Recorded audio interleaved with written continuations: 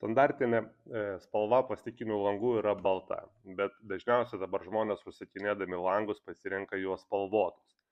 Naujos statybos namai arba tai komercinės patalpos, labai mažai kas dabar naudoja baltos spalvos, visi eina spalvoti langai.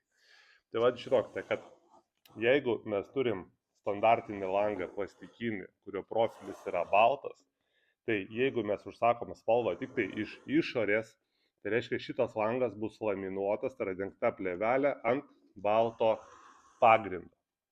Bet jeigu jūs norėtumėt, kad langai būtų spalvoti iš abiejų pusių, tai žinokite, baltas profilis jums jau nebetiks. Vidus profilio turi būti būtinai spalvotas.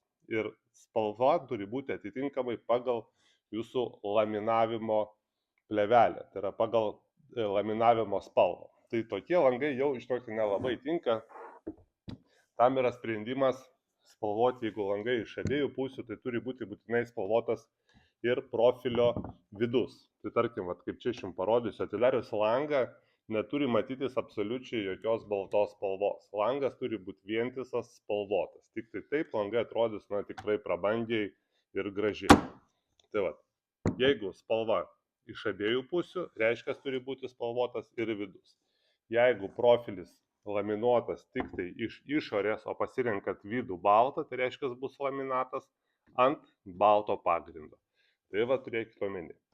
Dabar kas liečia pagal kainą. Spalvoti langai, tai yra spalvotas langas su baltu, tai yra laminatas dengtas tik tai iš vienos pusės ant balto profilio, brangesnis nei baltas langas apie 15–20%. Bet jeigu pasirenkat spalvą iš abiejų pusių, tai tokie langai gali būti brangesni apie 30–35% nuo baltos spalvos kainos. Tai va.